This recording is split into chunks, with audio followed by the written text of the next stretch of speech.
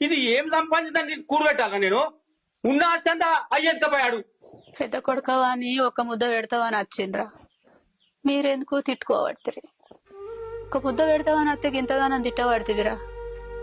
సరే ఏడుకోపోతా, ఎక్కడన్నా పోతా బిడ్డ, మీకెందుకురా నేను బరువు? చిన్నోనింటికి పోతే చిన్నోళ్ళు పెట్టుకోవట్టే, నడిపోనింటికి పోతే నడిపోళ్ళు పెట్టుకోవట్టే బిడ్డ.